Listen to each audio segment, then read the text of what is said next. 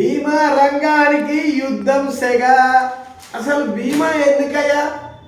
ఈ దొంగన కొడుకులు ప్రభుత్వములో అసమర్థపు చక్రవర్తి ఉండి అందరికీ తగిన పని ఇచ్చి పైసలు ఇస్తే 30,000 నాలాగా నెలకు జీతం ఇస్తే వాళ్ళ దగ్గరే లక్షలు ఉంటాయి.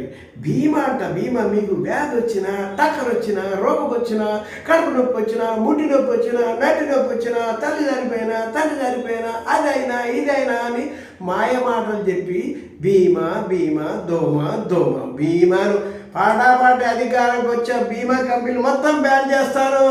లక్షల కోట్లు దోపిడీ చేస్తున్నారు బీమా కంపెనీ. చాలామంది పాపం తెలియక కొన్ని నెలలు కట్టేస్తే ఆ డబ్బంతా పోతుంది, అయోమయం గంగల కలిసిపోతుంది.